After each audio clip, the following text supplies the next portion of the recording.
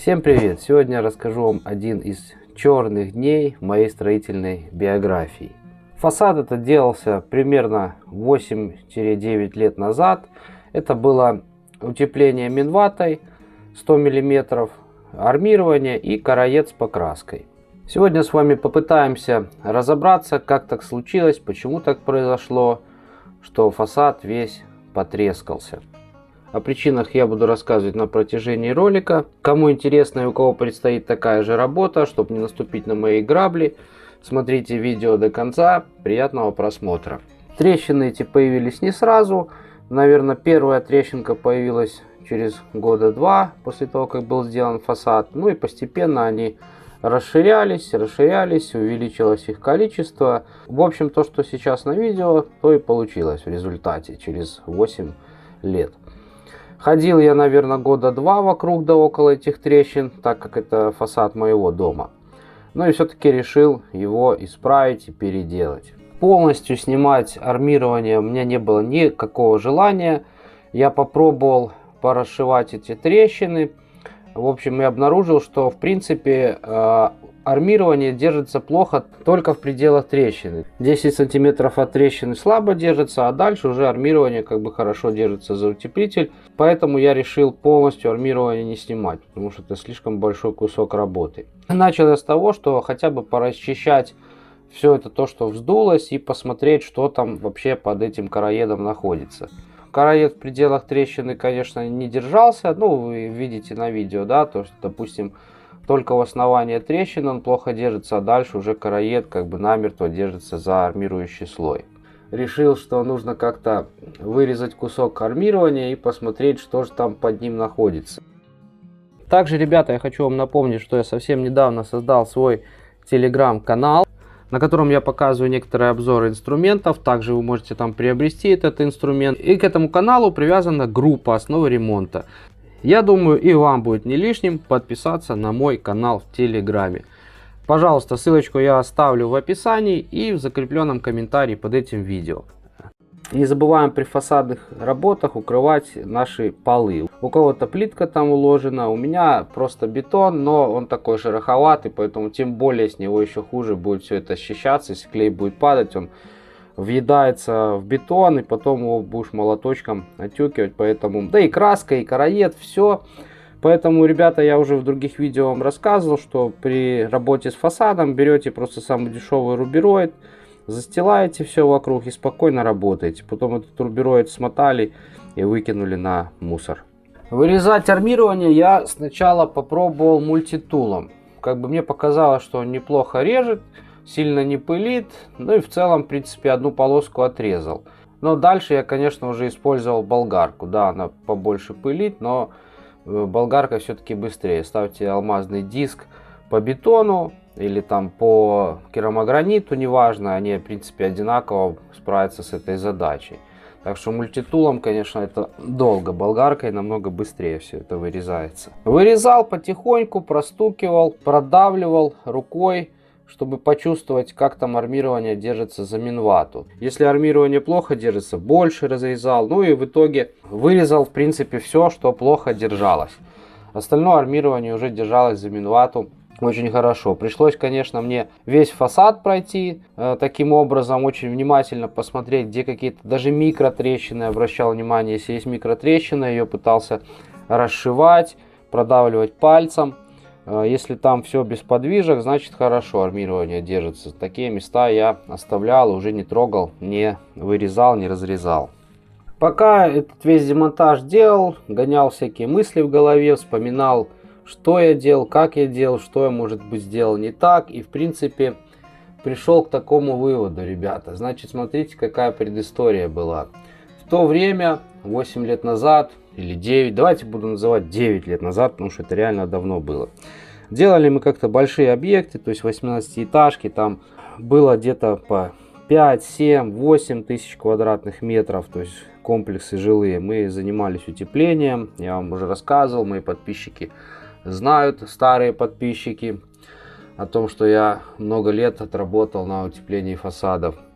Вот. Ну, естественно, на таких объемах очень много остается материала. То есть заказывался материал, там палетами, фурами привозили, понимаете, да, это вам не отделка, где там остается там мешок штукатурки или полмешка шпаклевки. Там оставались целые палеты клея, допустим, и там караед тоже оставался. Ну, в общем, материала много было, потому что, еще раз повторяю, там целыми фурами, тоннами это все заказывалось. И как бы закончили объект, не захотел я сдавать этот материал обратно в магазин. Решил я его оставить себе, потому что мне как раз надо было утеплять свой фасад. Завез я этот весь материал в гараж, ну и думал, что сейчас я начну утеплять фасад. Пока я думал его начинать утеплять, прошло, ну, по-моему, минимум где-то, в общем, года 3 он реально пролежал в неотапливаемом помещении. Вот. Потом я начал делать фасад. Была такая ситуация, что безвыходная, уже как бы и денег почему-то на тот момент не было, и нужно было утеплять фасад, потому что дома уже начинался грибок на стенах. Материал это был Витонит S100, по-моему, это для армирования. И караед. Караед тоже был витонитовский. Вывод какой я сделал? Смотрите, у меня весь дом, ребята, сделан одним и тем же материалом. Но порвало вот это все, это только южная сторона. То есть порвало на солнечной стороне. Остальные стены стоят целые. Там, где солнце не попадает, то есть там на одной стене солнце только утром, там чуть-чуть до 10, наверное. А на другой стене, там за счет того, что рядом дом стоит, там вообще практически солнца не бывает. Вот эти стены стоят целенькие, ни одной даже микротрещины нету. А вот эта стена, которая у меня стоит на солнце, вот ее все разорвало. Значит, еще раз, вывод у меня, то есть какой получился. Во-первых, клей, понятно, что материал уже был испорченный, он перегоревший был. Да и даже когда я его начинал использовать, я уже замечал там комочки, образование комков, то все это говорит о том, что уже все, срок годности этого материала вышел. Но еще раз повторю, у меня вариантов не было, я его использовал. Не используйте никогда просроченный материал, это потом вот выливается в какую работу, то есть двойная работа. Как говорится, скупой платит дважды. Но опять-таки, скупой не скупой, здесь нужно еще раз разбирать ситуацию, которая была. Поэтому только грешу я на то, что был материал уже с использованным сроком годности. Он уже не выдерживает таких нагрузок, теплового расширения. Опять из-за чего это происходит? Солнце, у нас юг, кто знает, я в Новороссийске, да, нахожусь. Солнце, ну я думаю, что 60-70 градусов это как минимум стену нагревает за день. Навеса еще тогда не было у меня, навес я только вот недавно сделал. Поэтому все эти годы вот оно смолило в эту стену. И что получается? Материал уже не потерял свою эластичность, потерял все свои свойства, он просто не выдерживает, и сетка его не спасает. Его начинает рвать, и все, никуда от этого не денешься. И, кстати, то, что он плохо держался за минвату, тоже отчасти, но здесь может быть два варианта. Первый вариант, когда я армировал, возможно, где-то в этих местах я и дал клею заветриться, и он не приклеился к минвате. Очень легко отошел в этих местах. Либо же это уже просто со временем потихоньку водичка туда попадала, и он отслоился в этих частях, в этих местах, где трещина, отслоился просто от минваты. Вот такая вот ситуация. Надеюсь, кому-то она будет полезной, вы не повторите моих ошибок. Чтобы продолжать отделку дальше этой стены, нужно, естественно, весь наш демонтаж, где демонтирована сетка, было восстановить эту толщину слоя. Поэтому уже берем хороший материал, именно только фасадный клей. Ребята, опять многие, слышу в комментариях, пишут на фасад, а можно ли там использовать клей плиточный, там туда-сюда. Нет, ни в коем случае на фасаде не используется клей для плитки, для армирования, там, для утеплителя. То есть используется только специализированный клей для утеплителя либо армирования. Все. На нем так и написано: клей для фасада или фасадный клей. Вот его берете и используете при вот этой системе утепления. Никаких клеев для плитки. Забиваю толщину, простыми словами штукатурю. Набираю нужный мне слой. А слой там где-то 5-6 мм получился.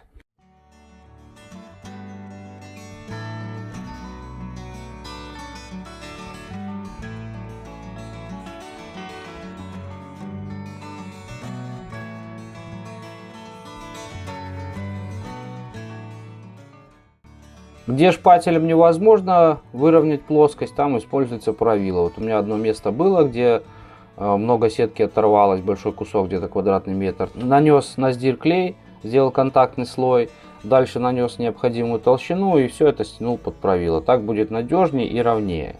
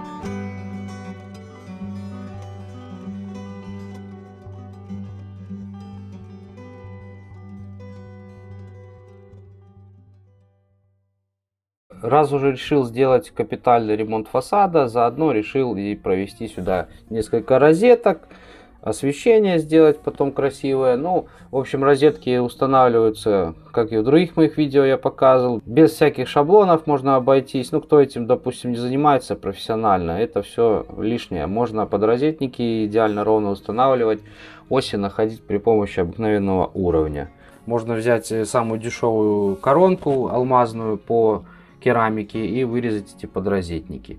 Можно даже, если не хотите ничего покупать, можно это просто вырезать какой-то тонкой ножовочкой или ножом потихоньку. Минвата режется легко. Сложнее всего прорезать наш армирующий слой с короедом. Проводку я уже не стал делать без пылесоса, потому что уже штроборез идет с двумя дисками и пыли будет в 2 раза больше. Не то чтобы даже ради себя, потому что у меня есть респиратор, ради того, чтобы соседей просто не запылить, чтобы они меня потом плохими словами не обзывали. Поэтому используем пылесос, и пыли абсолютно никакой вообще нет. А то кто-то, знаете, там по соседству, как обычно, постирался, белье повесил или еще что-то, а тут такой Анатолий, тут красавчик, начинает нам резать штробы.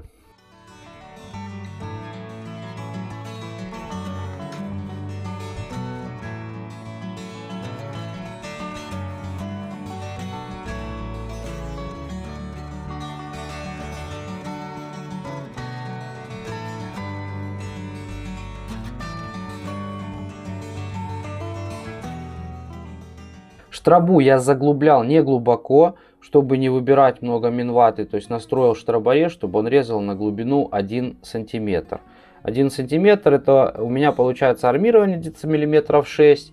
И чуть-чуть, может быть опять в кадр не попало, у меня провод, потом я прикладывал провод, он не совсем хорошо торчит все равно за плоской стены, поэтому я аккуратненько где-то ножом, где-то просто пальцем, чуть-чуть, буквально 5 миллиметров, сошкрябывал еще минваты. Она тоже очень легко, даже просто пальцем выбирается оттуда, потому что другое что-то пробовал я стамеской там выбирать минвату, ну тоже потихоньку выбирается, но быстрее всего получилось просто пальцем ее оттуда выковыривать, и ровненько получается, и лишнего не выбираешь. Кабеля закладывал ГОСТовские, кому интересно, на розетки 3 на 2,5, на освещение 3 на 1,5. Но у меня просто не было 2 на 1,5, поэтому я использовал 3 на 1,5.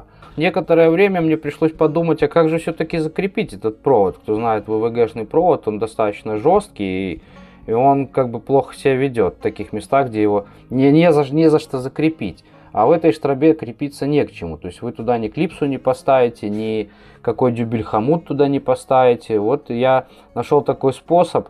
Весь мусор, который у меня внизу осыпался от демонтажа, подбирал всякие камушки и просто делал расклин. Расклинивал этот кабель, и получилось, кстати, очень-очень быстро, и очень он хорошо там держался, надежно, то есть не выпадал. Я много времени с этим не потратил, хотя сначала я думал, а как все-таки я с этими проводами буду. Думал уже, может быть, как-то их на гипс ставить, потом этот гипс выковыривать оттуда. Ну, в общем, вот такой вот способ из подручных материалов, даже не из подручных, а просто из мусора. Вот и получилось у меня очень удачно закрепить все провода. Заводим наводим клей и заделываем штробы. Заделать штробы, то все ремонты, все штробы нужно заделать и только потом приступать к армированию. Нужно некоторое время, хотя бы 1 день, чтобы клей в штробах дал усадку. Только потом продолжать дальнейшие работы. У меня по времени как раз очень удачно все получилось. Я всю проводку за день раскидал, и к вечеру я уже в темноте замазывал штробы. Поставил фонарь, замазал штробы, чтобы уже с утречка заниматься уже другими делами.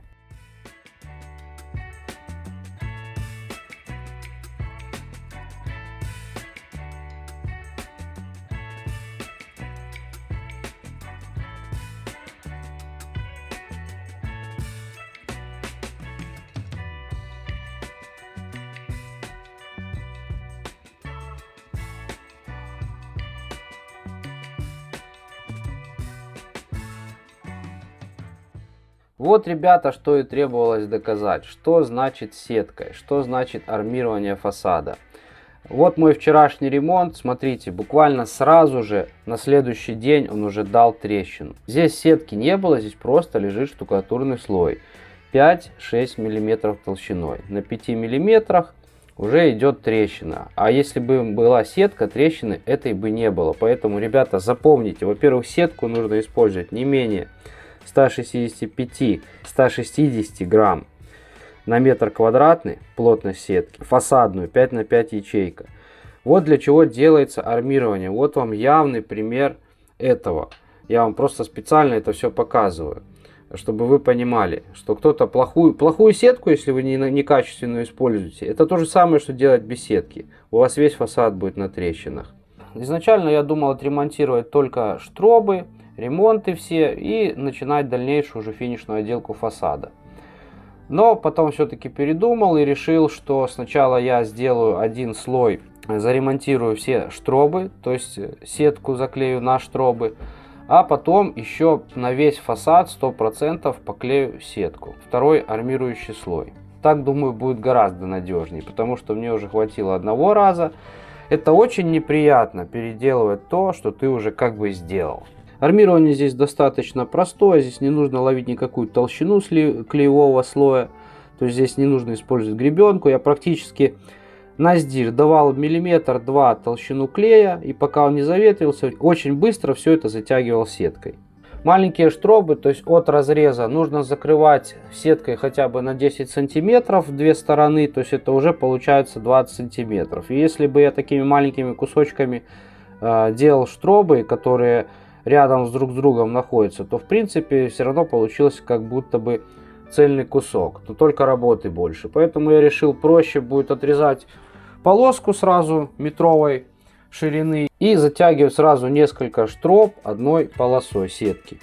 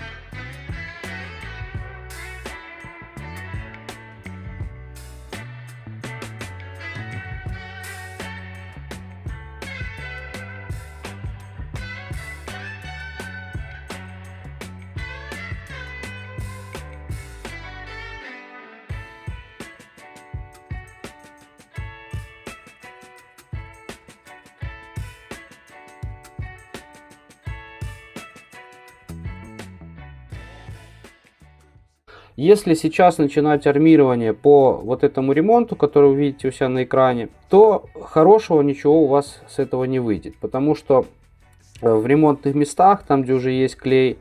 Второй слой клея, который я сейчас буду наносить, он будет быстро впитываться, вода будет быстро уходить с этого клея, и просто сетка опять-таки может плохо приклеиться, и произойдет то, что в принципе было у меня в начале видео. Сетка будет отслаиваться, будут появляться трещины.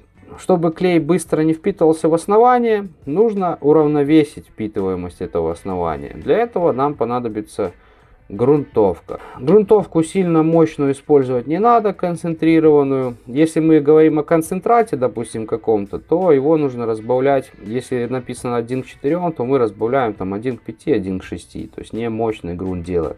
Нам нужно просто снизить впитываемость основания и распределить его по всей поверхности. Грунтовки на улице много времени не надо, чтобы высохнуть. Буквально 1 часа хватает. И можно приступать к дальнейшему этапу работ. Высота данного участка фасада 4 метра.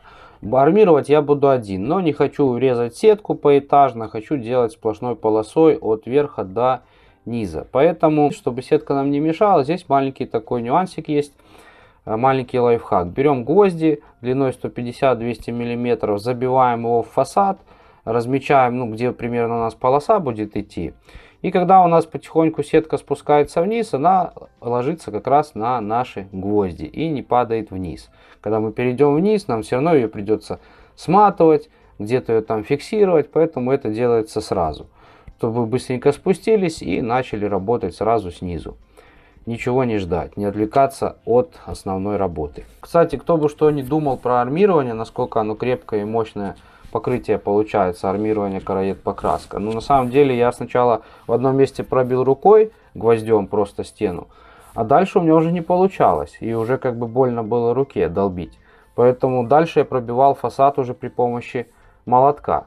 Армирование вторым слоем, оно немножко отличается от армирования первым слоем. Если, когда мы армируем первым слоем, нам нужно соблюдать определенную толщину. 5-6 мм должен быть базовый армирующий слой. Для этого используется гребенка. Под гребенку клеится армирующая сетка, и таким способом мы контролируем толщину армирующего слоя. Мне же здесь на второй слой армирующий абсолютно не нужна никакая толщина. Я не хочу сильно нагружать фасад. Поэтому здесь то же самое, практически на сдир я делаю. То есть наношу сначала слой на стену. Это обязательно нужно делать. Ни в коем случае, уже 100 раз, миллион раз, наверное, об этом говорил, нельзя сетку просто взять и примазывать к стене. Она просто не держится за стену. Вы это все прекрасно видели, опять-таки, в начале видео. Как может сетка не держаться за стену? Очень даже легко. Поэтому, чтобы не допускать никаких ошибок, даже самых малейших, делаем все четко по методичке. Наносим клей, и причем это все очень быстро. Если вы не специалист, допустим, самостройщик, вы для подстраховки, все-таки, если сомневаетесь в своих навыках, возьмите какого-нибудь товарища, друга, все-таки вдвоем будет быстрее и веселее. Цель у нас какая? Не дать нашему клею, который мы нанесли на стену, успеть заветриться до того момента, как мы к нему будем приклеивать нашу сетку. Разметили участок под сетку, допустим, метр 10, и наносим на эту полосу полностью клей. Сильно тонкий слой тоже наносить не надо, потому что его будет моментально всасывать воду из него, и он будет там просто сухим. На отлип он даже не будет отлипать. Вот можете даже проэкспериментировать, если вам предстоит такая работа. Только на сдир попробуйте провести по первому слою, и буквально там уже через 2 минуты будет сухое место. Уже будет такое светленькое место, наподобие того, как высыхает штукатурный слой. Везде темное, а это пятно будет просто светлое. Поэтому здесь чуть-чуть больше слой давайте, если медленно работаете, давайте там 2, 3, 4 миллиметра. Все лишнее вы потом выдавите через сетку. Процесс стандартный. Приклеиваем сетку и сверху еще наносим слой клея. Этот слой клея можно наносить на сдир. В моем случае, конечно, я еще раз повторяю, в моем ремонте, конкретно в данном случае. Здесь я лишнюю толщину, лишний вес я не буду давать этому фасаду, это абсолютно не нужно. Сетка это идет уже второй слой сетки, уже по-профессиональному называется антивандальный слой. Но в моем случае это просто подстраховка. На всякий случай, пусть будет, я уже рисковать не хочу.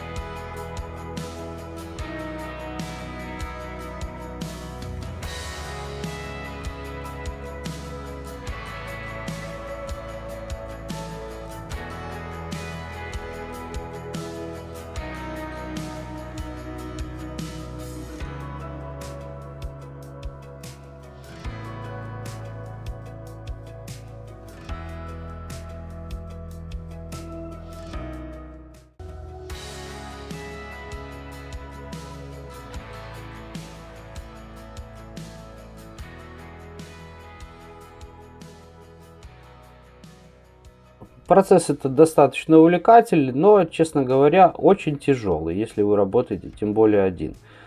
За день так помахаешь шпателем, понагибаешься по 1000 раз, и как бы к вечеру вы ощутите всю прелесть и кайф этой работы. Финишную отделку я решил сделать гибким клинкером. О всех его преимуществах и почему я выбрал именно его, я расскажу вам уже в следующем видео. Поэтому, ребята, кто еще не подписан на канал, обязательно подписываемся. Как обычно, по традиции, за видео ставим палец вверх. Всем спасибо, всем пока. Встретимся в следующем выпуске.